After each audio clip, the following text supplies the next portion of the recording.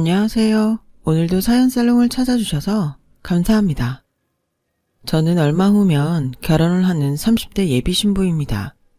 사실 저는 제가 영영 결혼을 할 수 없을지도 모른다고 생각하며 살았어요. 그래서 기적처럼 결혼이 결정되고 몇 달 동안 결혼 준비를 하면서도 문득 내가 정말 결혼을 하는 것이 맞나?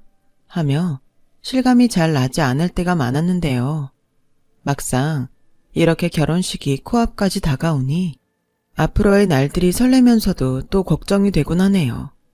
제가 세상에서 가장 사랑하는 사람을 혼자 두고 떠나야 하거든요.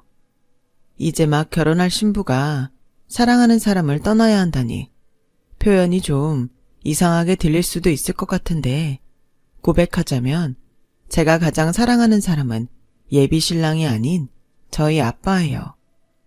곧 남편이 될 예비 신랑이 들으면 서운할 수도 있지만 그게 사실이라 어쩔 수 없어요. 그 정도로 저는 아빠를 참 많이 사랑하는데요. 부끄럽게도 저는 그런 아빠를 정말 오랫동안 창피해하고 미워했어요. 저희 아빠가 선천적으로 귀가 들리지 않는 장애인이시거든요. 게다가 듣지 못하니 입으로 말을 하는 것도 어려워 사실상 아빠는 제가 없으면 정상적인 생활이 거의 불가능하세요. 그래서 어린 마음에 다른 아이들처럼 놀지도 못하고 아빠를 돌봐야 한다는 생각에 왜 나만 이렇게 살아야 하지?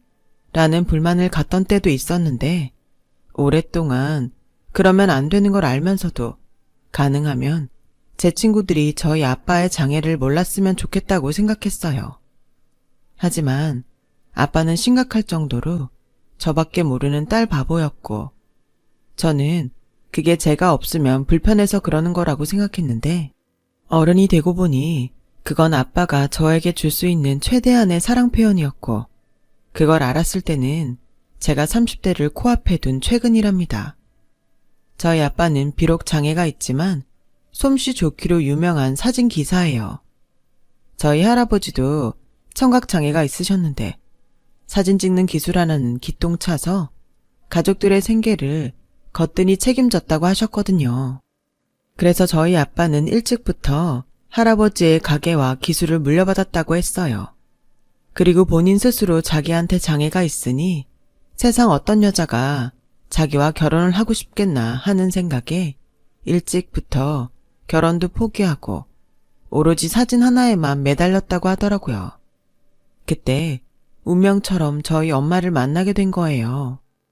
저희 엄마는 사회복지 공무원이었는데 아빠가 장애인이다 보니 자연스럽게 만나는 일이 종종 있었고 엄마는 동네에서 착하고 예쁜 아가씨라고 소문이 자자해서 저희 아빠는 그런 엄마가 좋았음에도 불구하고 감히 친해질 엄두를 내지 못했다고 했어요. 하지만 엄마는 아빠가 찍은 사진들 보는 걸 좋아했고 아빠에게 동진 씨는 눈에 보이는 것뿐만 아니라 보이지 않는 것도 찍을 수 있는 사람 같아요. 라고 메모를 남겨줬는데 그 메모에 저희 아빠가 완전히 넘어가 버린 거예요.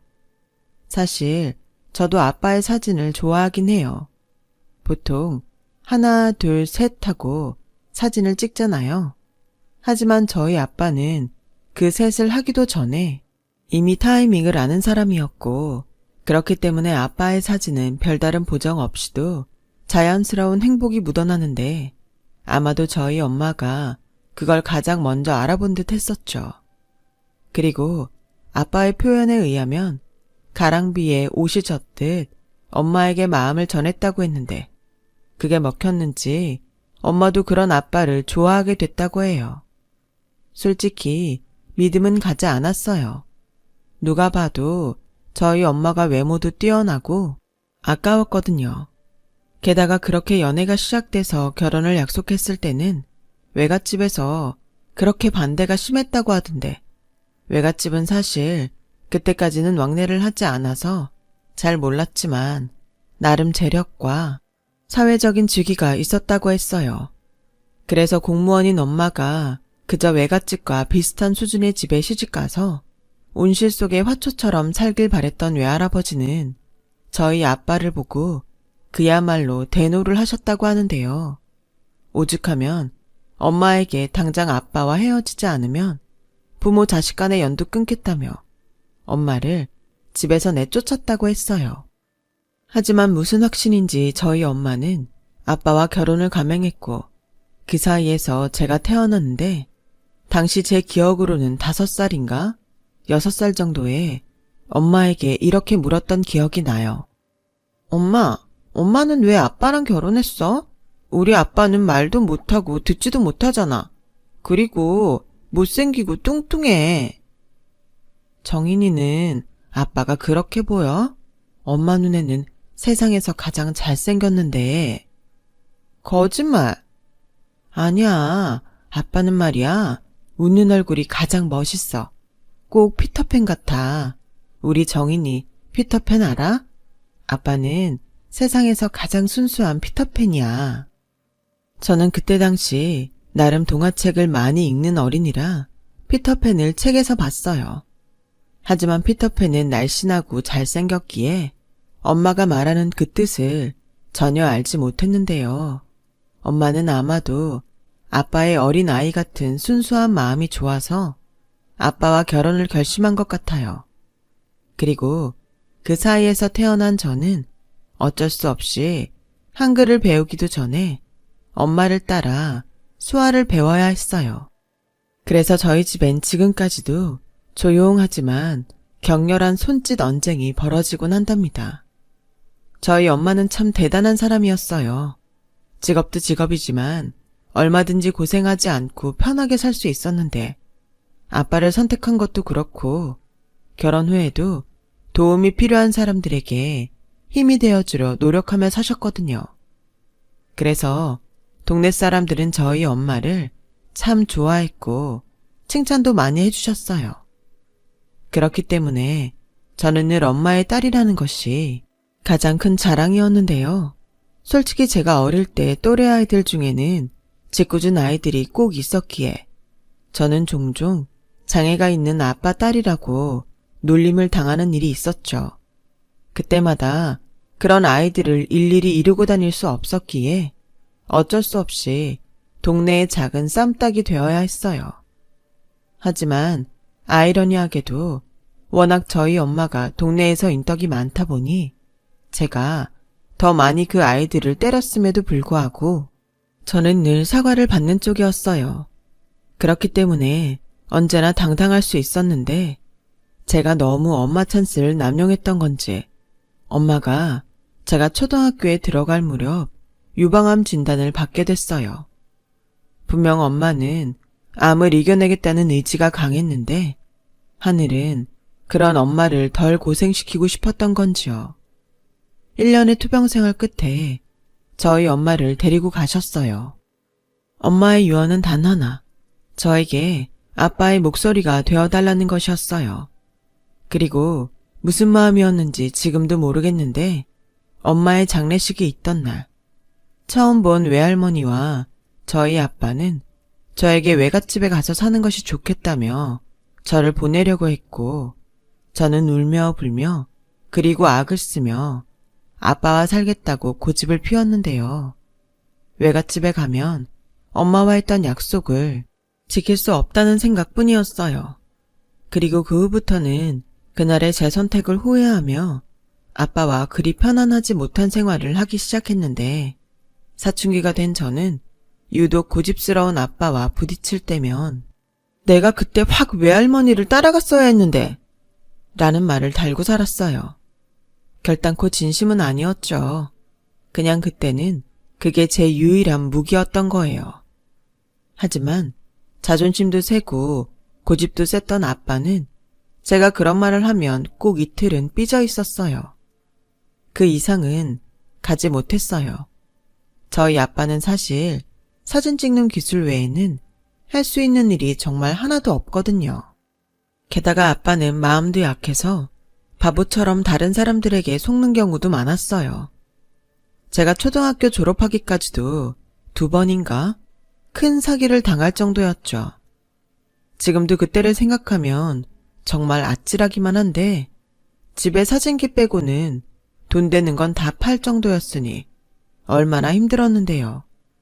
그 후부터는 우리 부녀에게 구세주 같은 고모가 근처로 이사를 와서 저희 부녀를 도와주기 시작했는데, 고모가 엄마 역할을 대신하다 보니 아빠를 혼내는 목소리만 쩌렁쩌렁하게 울리는 싸움이 끊이지 않았어요. 그렇게 시끄럽고 요란하게 10대 시절을 보냈고 남들과 좀 다른 생활을 하며 살았기에 저 역시도 결혼은 무리이지 않을까 생각하며 평생 안정적인 생활이 가능한 직업이 뭘까 고민을 했는데요. 고민 끝에 저는 엄마의 직업과 비슷한 사회복지사가 되기로 마음먹었어요. 엄마처럼 훌륭한 생각으로 결정한 건 아니고 어찌됐든 장애인 아빠와 살면서 체득한 제가 가장 잘할 수 있는 일이라는 생각 끝에 결정한 일이었죠. 하지만 아빠는 제가 엄마의 뜻을 이어간다며 엄청 좋아하셨는데 막상 대학도 사회복지과를 나오고 정식으로 사회복지사가 되니 이 직업이야말로 호락호락한 직업이 아니더라고요. 게다가 약자편에서 일을 하다 보니 우리 사회는 아직까지 약자가 겪는 억울한 일이 생각보다 많았고 그중에선 법적으로 싸우지 않으면 안 되는 일도 덜어 있었는데요. 한 번은 장애가 있는 친구들이 불리한 근로계약서를 쓰고 취업을 한 뒤 임금도 제대로 받지 못한 일이 있어서 그걸 해결하고자 무료로 변호를 해주는 변호사를 무작정 찾아간 적이 있었는데요. 그때 만난 변호사가 지금 저의 예비 신랑이에요. 당시 예비 신랑은 변호사가 된 지 얼마 안 된 사람이었는데 그래서 의욕이 정말 많았죠. 제 이야기를 듣고 마치 자기 일처럼 화를 내며 열심히 도와줬는데 나중엔 무료이다 보니 제가 다 미안해지더라고요. 그래서 감사의 뜻으로 밥을 한번 샀는데 그 일이 계기가 돼서 저와 예비 신랑은 종종 만나게 됐어요. 보통 변호사가 되면 돈을 많이 벌 수 있는데 예비 신랑은 무슨 이유인지 돈이 되지 않는 약자의 변호에 더욱 열심히 하더라고요. 한 번은 그게 너무 궁금해 물어본 적이 있었어요. 처음엔 그냥 좀 유명해지고 싶었어요. 억울한 사람을 도와주면 왜 기사도 많이 나고 유명해지잖아요. 그럼 분명 돈이 되는 사건을 맡을 수 있겠다는 생각을 했었죠. 근데 이게 참 중독이에요. 돈이 없으면 억울해도 제대로 싸워보지도 못하는 사람들이 너무 많은 거죠. 근데 저까지 돈을 쫓아가면 그런 사람들은 또다시 억울한 채로 살아야 하니 쉽게 외면이 안 되네요. 그렇긴 하겠죠. 하지만 대단하다고 생각해요. 성준 씨 같은 생각 아무나 할 수 있는 건 아니잖아요. 아니요. 제가 보기엔 정인 씨가 더 대단해요. 평생 약자편에서 일을 하겠다는 결심도 아무나 못해요. 저는 그런 좋은 뜻에서 이 직업을 택한 건 아니에요. 저희 아빠가 장애가 있거든요. 제가 가장 잘할 수 있는 일이 뭘까 생각했는데 이 일이었어요. 정인 씨는 정인 씨가 얼마나 바른 사람인지 잘 모르는 것 같아요. 아버님이 따님을 정말 잘 키우셨네요. 네? 저는 그 말에 놀라지 않을 수 없었어요. 아마도 그때까지 저는 아빠가 저를 키워줬다는 생각보다는 제 스스로 컸다고 생각했거든요. 하지만 그 말이 싫지는 않았어요. 그리고 우리는 점점 가까운 사이가 되어갔습니다. 마음이 가까워지면 가까워질수록 저는 고민에 빠지게 됐어요.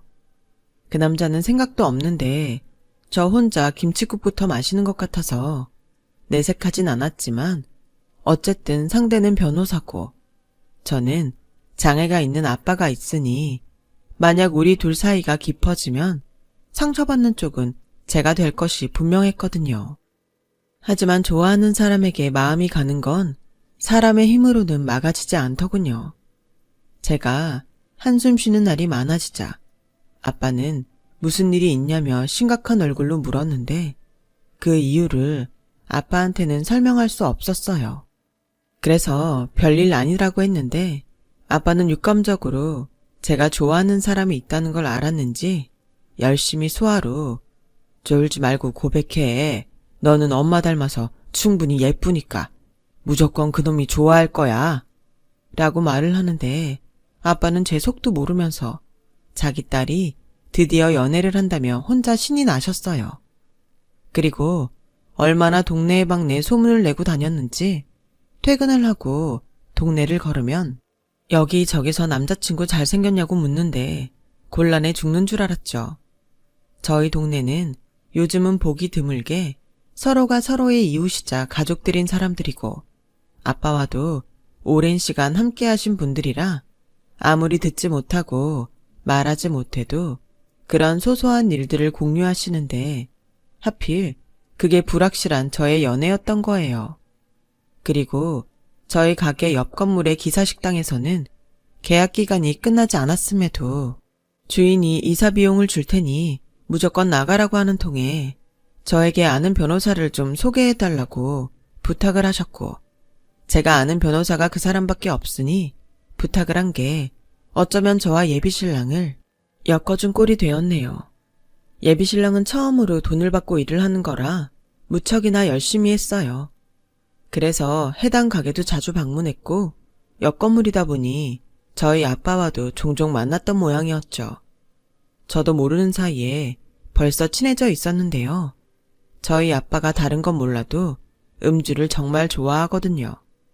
그런데 한 번은 동네 포차 주인 아주머니가 전화를 주셨고 그곳에 갔더니 저희 아빠는 물론이고 예비신랑까지 얼큰하게 취해서 둘을 저희 집에 데려오느라 진땀을 뺐어요. 그리고 그 다음날 아빠는 숙취가 덜 깬 얼굴로 저에게 수화로 그 남자가 네 남자친구냐? 며 물었고 저는 아니라고 강한 부정을 했음에도 아빠는 야릇한 미소를 지으며 부끄러워하기는 하며 웃는데 뭐가 어떻게 된 건지 모르겠더라고요. 그리고 그날 점심 예비신랑으로부터 느닷없는 고백을 받았어요.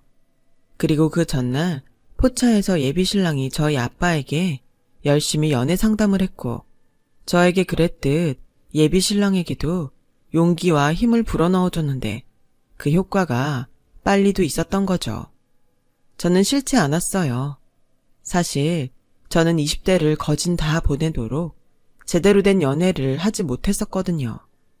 결혼까지는 언감생심 바라지도 않았지만 그래도 연애는 꼭 하고 싶었던 저는 번번이 저희 아빠가 장애가 있다는 이유로 차이면서 상처를 받아야 했는데 이미 저희 아빠의 장애를 안 이 남자가 고백을 해오니까 이번엔 뭔가 다를 수도 있겠다는 마음이 들었어요. 그래서 저는 본격적으로 꿈꾸던 연애를 하기 시작했어요. 둘 다 바쁘고 서툴지만 상대에게 최대한 맞춰가며 연애를 이어갔는데요. 그런 저희의 연애에도 곧 먹구름이 몰려왔어요. 신랑은 저보다 5살이 많았어요. 그렇다 보니 예비신랑 집에서는 이제 그만 돈 안 되는 변호는 그만하고 아버지가 있는 로펌에 들어오라고 했고 또 1살이라도 어릴 때 결혼을 하라고 압력을 주는 모양이었는데 저에게는 티를 내지 않으려 했지만 예비신랑은 아무래도 저를 집에 소개하지 못하는 눈치였어요. 제가 눈치 하나는 정말 빠르거든요. 아무래도 아빠와 살다 보니 그렇게 됐는데 모르고 싶어도 모를 수가 없더라고요. 하지만 일부러 묻지는 않았어요. 본인이 하지 못하는 얘기를 일부러 하게 만들고 싶지 않았거든요. 하지만 그건 저의 짧은 생각이었고 머지않아 생각하지 못한 일이 벌어졌는데요.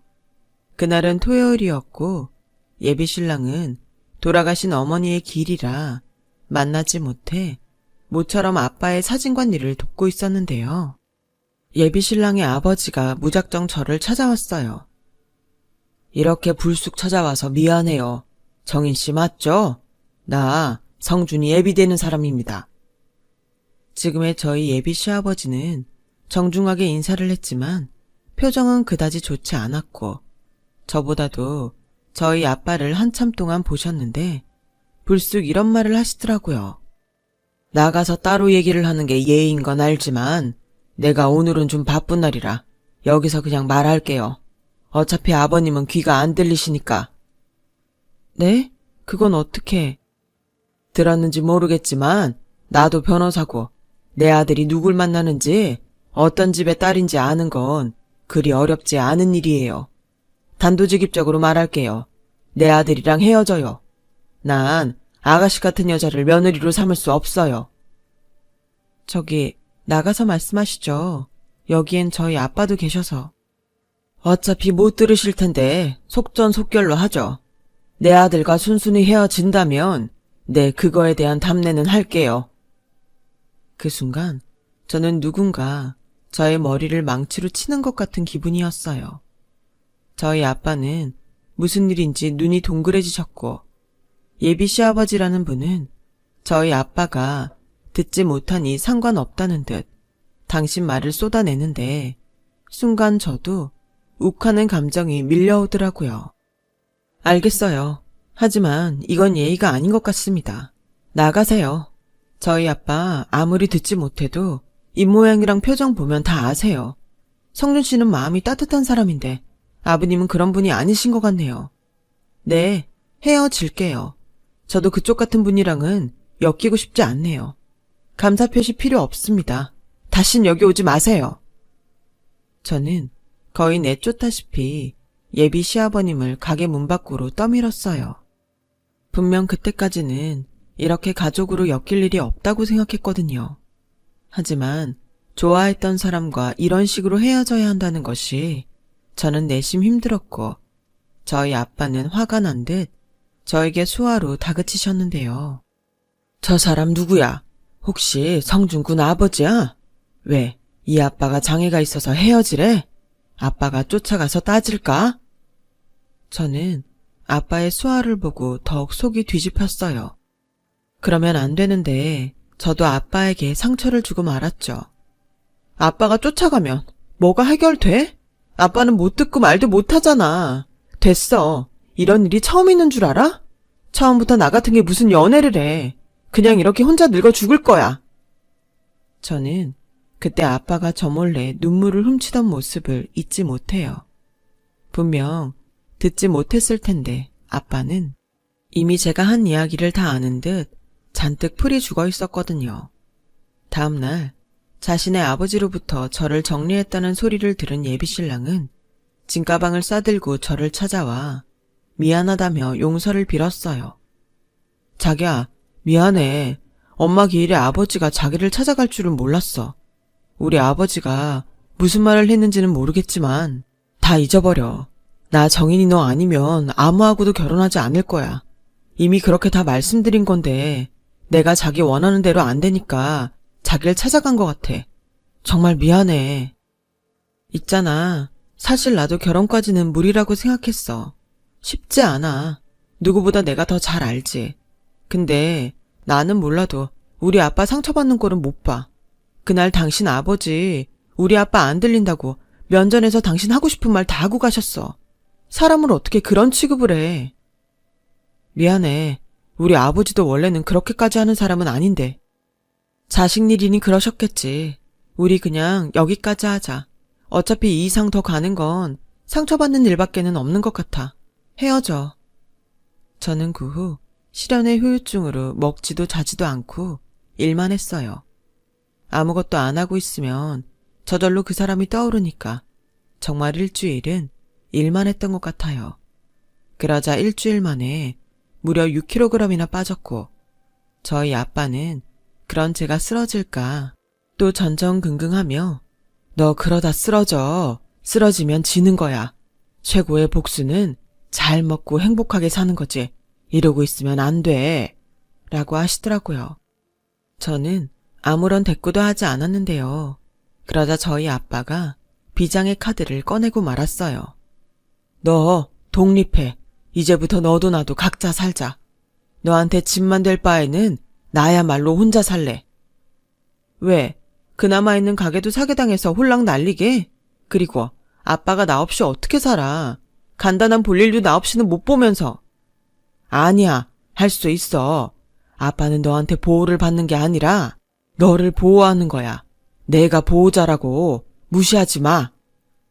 아빠는 정말 많이 화가 나 보였어요. 그리고는 가게도 보지 않고 밖으로 나가버리셨는데 한참을 기다려도 집에 오지를 않아서 동네방네 찾아다녔는데도 아빠의 모습은 보이지 않았어요. 얼마나 걱정이 되던지 아빠가 잘못되기라도 하면 어쩌지 하는 불안감에 저는 그만 아이처럼 아빠 아빠 하며 울음이 터지고 말았고 결국 헤어지자고 말해놓고 예비신랑한테 도와달라고 전화를 하고 말았는데요.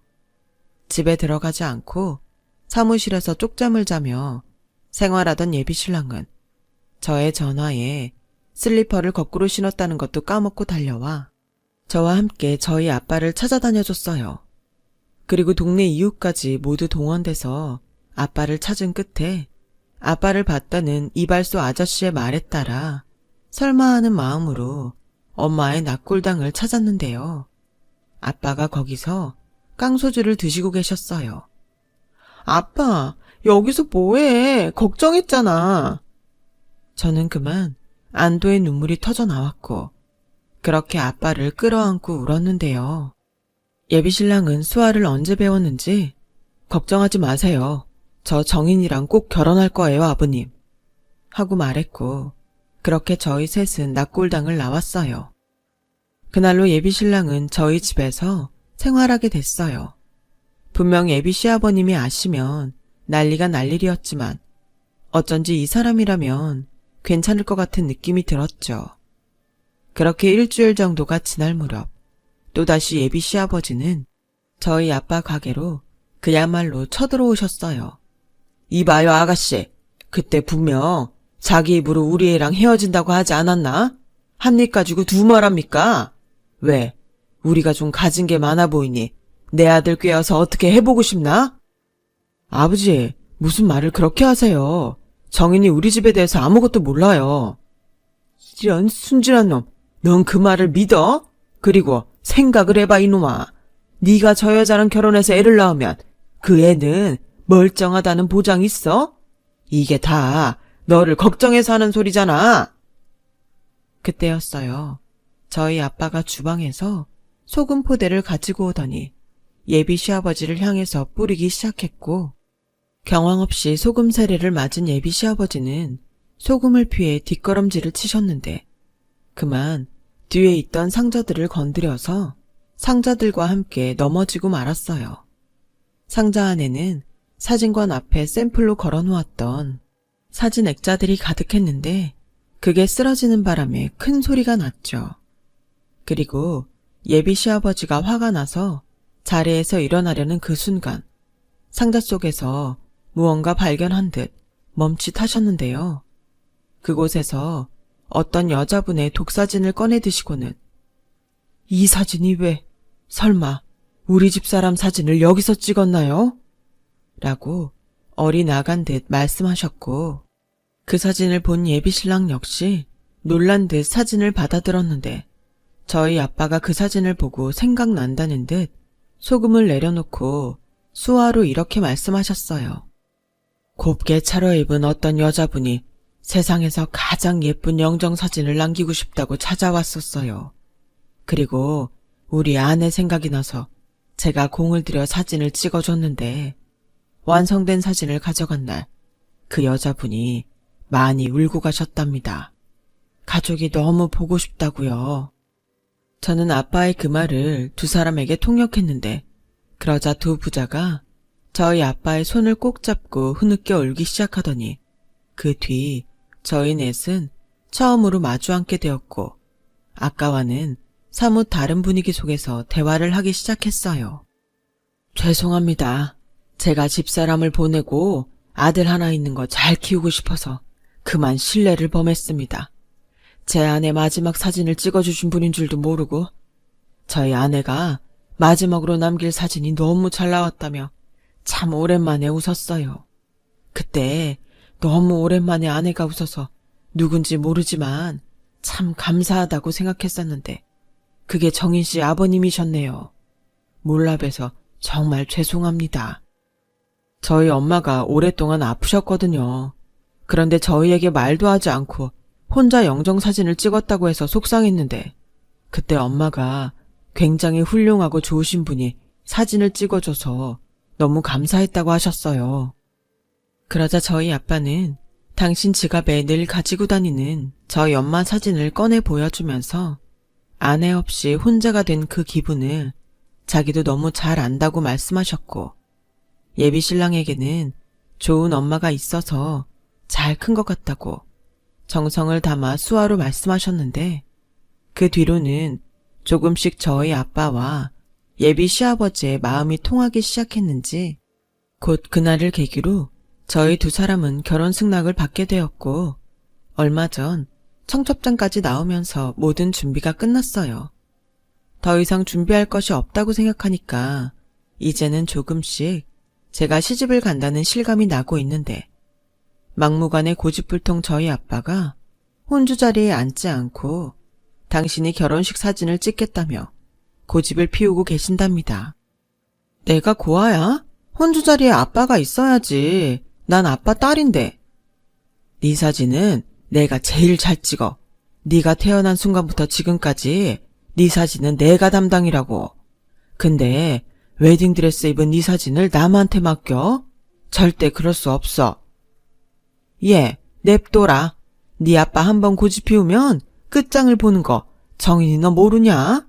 새언니는 난쟁이 똥자루 같은 우리 오빠 어디가 좋다고 결혼까지 했는지 정말 미스테리네. 시끄러워. 너 니네 집에 가. 이렇듯 저희 집은 아직도 조용한 전쟁을 치르고 있어요. 그리고 바로 어제 저는 아빠에게 돈으로는 절대 살 수 없는 귀한 선물을 받았는데요. 저는 태어나서 아빠의 목소리를 딱 한 번 들었는데, 그건 제가 태어났을 때 남겨진 비디오 테이프 속이었어요. 테이프 속 저는 아직 태어난 지 얼마 안 된 듯 꾸물거리고 있었는데, 그런 저를 아빠가 안아들더니 세상 꿀이 뚝뚝 떨어지는 얼굴로 웃으며 어눌하지만 제 이름 세 글자를 불러줬는데, 제가 그런 아빠를 보며 활짝 웃고 있더라고요. 아빠는 아직도 그 테이프를 버리지 않고 있다는 걸 저는 알고 있었는데요. 어제 제가 일을 하고 있다가 핸드폰으로 동영상 메시지 하나를 받았고, 아무 생각 없이 재생 버튼을 눌렀는데 저는 그만 창피한 줄도 모르고 그 자리에서 펑펑 울고 말았답니다. 동영상 속 아빠가 잔뜩 긴장한 얼굴로 정인아, 결혼 축하해. 잘 살아라. 라며 수화 없이 자기 입으로 또박또박 말해줬거든요. 사실 다시는 아빠의 목소리를 듣지 못할 거라고 생각했는데 얼마나 감동이었는지 몰라요. 어쩌면 누군가에게는 잘 알아들을 수도 없는 이상한 소리로 들릴지 모르겠지만 저에겐 너무나도 또렷이 잘 들리던 아빠의 목소리였죠. 아마 이 동영상은 죽을 때까지 저의 보물 1호가 되지 않을까 싶습니다. 세상이 정말 좁은지 엄마의 장례식 이후 소식조차 모르고 살던 외갓집에 대한 소식도 예비 시아버지를 통해 듣게 됐는데요. 글쎄, 저희 예비 시아버지의 대학 동기이자 바로 경쟁사 로펌 주인이 바로 저희 외할아버지였어요. 저의 결혼 소식을 전혀 모르고 예비 시아버지에게 청첩장을 받은 외할아버지는 청첩장 속 제 사진을 보며 자기 딸을 많이 닮았다고 하셨다는데, 아빠 말대로 제가 엄마를 많이 닮긴 했나 봐요. 그 뒤로 제 결혼식에 오셔서 저희 아빠와 묵었던 감정을 풀고 이제라도 한 가족으로서 살고 싶다고 하셨다는데, 부디 이번에는 저희 아빠가 외갓집 식구들에게 당당히 사위로 인정받길 바라는 마음입니다. 아빠는 언제나 나에게 사랑한다는 말보다 미안하다는 말을 더 많이 했지. 사실 난 아빠의 그 미안하다는 말이 세상에서 제일 싫었어. 미안하긴 뭐가 미안해. 내가 고마워해야지. 아빠는 정말 내가 본 사람 중에 가장 순수한 피터팬이야. 아빠, 지금까지 잘 키워줘서 고마워. 아빠의 딸이라 나는 더할 나위 없이 행복했어. 그러니까 우리 앞으로도 더 잘 지내자. 고집 좀 그만 피우고 사람 너무 믿지 말고. 시집 가도 나는 아빠 딸 맞지? 아빠, 사랑해요. 다시 태어나도 아빠 딸로 태어나고 싶은 정인이가. 지금까지 저희 아빠와 제 이야기 들어주셔서 대단히 감사해요. 행복하게 잘 살게요. 그리고 많은 분들이 저희 아빠와 같은 장애인들이 조금 더 나은 세상에서 행복을 누릴 수 있도록 많은 관심을 가져주시길 바라겠습니다. 여러분, 사연 댓글에 응원과 현명한 조언 부탁드려요. 좋아요와 구독은 저에게 큰 힘이 됩니다. 오늘도 좋은 일 가득하세요.